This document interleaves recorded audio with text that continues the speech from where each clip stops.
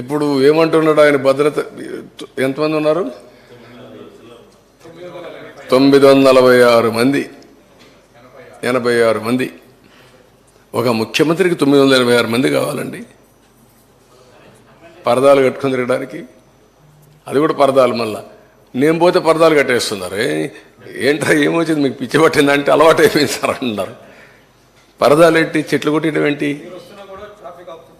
లేదు, ఇప్పుడు నేను చూస్తూనే ఉన్నా. ఎవ్రీడే ఆ పక్క ఈ పక్క చూసుకుంటూ ఎంత టైం ఆపుంటారు. నేను పోతూ 2 నిమిషాలు నాకు లేట్ అయినా పర్వాలేదు, ఏం కొంపలు కోల్పోవు, నేను నిలబెడతాను, వాళ్ళు పోయిన తర్వాత వెళ్తానని చెప్తున్నాను. నేను ఆ పక్క కూడా చూస్తున్నా ఎంత దూరం వచ్చాయని.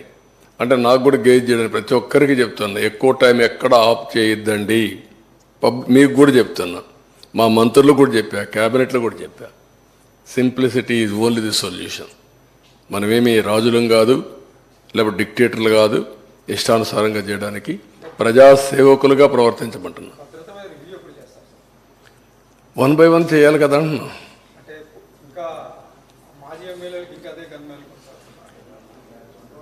నేరస్తులందరికీ సెక్యూరిటీ ఉంది నేరాలు చేయడానికి. పొలిటికల్ నేరస్తులకు అందరికీ ఉన్నాయి. అన్నీ రివ్యూ చేస్తాం. కేసులు వేసారు. వేరే పనులు లాంటి వాళ్ళందరికీ మళ్ళీ కంటిన్యూ చేయాలి. వాళ్ళకు రాష్ట్రాన్ని దోపిడీ చేయాలా, చాలా ఉన్నాయి. అవన్నీ మాట్లాడదాం. ఈరోజు నా ఉద్దేశం పోలవరానికే కన్ఫైన్డ్ కండి, మిగిలిన విషయాలు మళ్ళీ మాట్లాడదాం. ఇంకా చాలా టైం ఉంది. థ్యాంక్ యూ అనండి.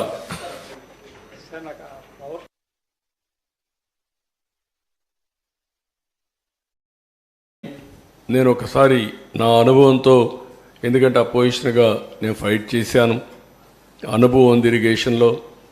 ఎప్పుడు నేను